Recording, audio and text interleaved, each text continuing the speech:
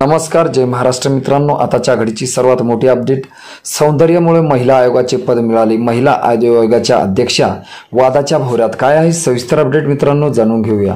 वैष्णवी हगवणे आत्महत्या प्रकरणावरून विरोधी पक्षाचे राज्य महिला आयोगाच्या अध्यक्षा रुपाली चाकणकर यांच्या कार्यक्षमतेवर निशाणा साधत त्यांच्या राजीनाम्याची मागणी केली आहे।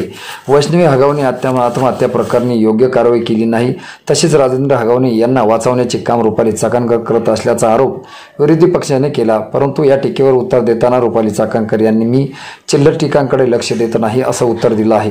राष्ट्रवादी शरद पवार पक्षाच्या महिला आघाडीच्या प्रमुख रोहिणी खडसे यांनी चाकणकर यांच्यावर आरोप करत म्हटलं की सध्याच्या महिला आयोगाच्या अध्यक्ष ह्या त्यांच्या पक्षात एका प्रमुख पदावरती आहे, त्यामुळे ही दुहेरी भूमिका बजावत असताना त्यांना महिला अत्याचाराच्या प्रकरणात वेळ मिळत नसावा, पण पक्षाच्या कामामुळे महिला आयोगाच्या पदावर अन्याय होता कामा नये, कारण त्यांना फरक थेट महिलावरील प्रश्नावर पडेल। त्यामुळे आता राज्याला पार्ट टाइम नव्हे तर फुल टाइम महिला आयोग अध्यक्ष हव्यात अशी जनतेची भावना आहे।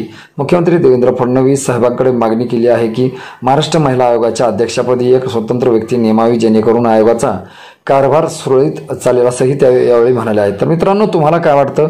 तुमची प्रतिक्रिया आम्हाला नक्की कळवा। भेटूया पुढच्या व्हिडिओमध्ये। तुर्तास धन्यवाद।